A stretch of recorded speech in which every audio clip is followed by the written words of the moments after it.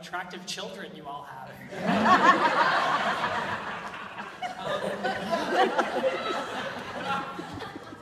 So when I came to college, I got interested in slam poetry, as one does. And so this is a slam poem that I have written for my father. It's entitled Solving for X. When I was in the 6th grade, I told my dad that I wanted to sing and dance and act, and he said, well then, son, grab a piece of paper and let me teach you some algebra. Needless to say, I was confused. It was not the first time I was confused in a conversation with him, and it would not be the last time. Nevertheless, he sat me down. My dad taught me that in every equation there is always a variable x to be solved for, an unknown that you are in pursuit of.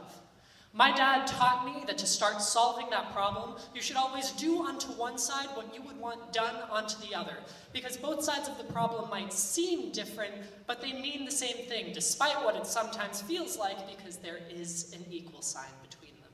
Oh.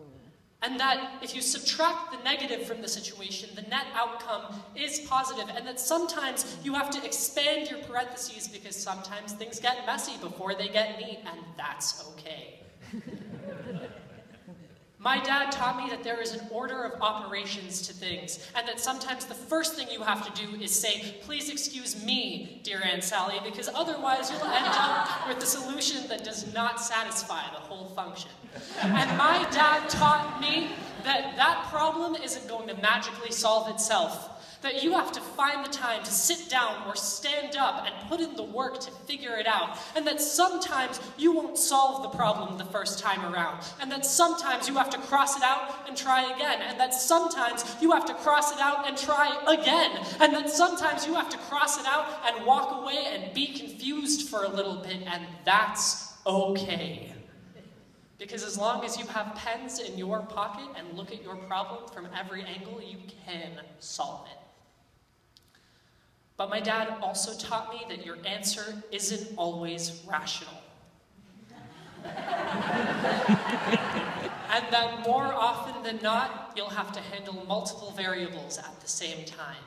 And that when you think you've finally got it, there will always be another problem waiting there for you to solve it. And that's okay. Because in the 6th grade, my dad taught me algebra. Woo!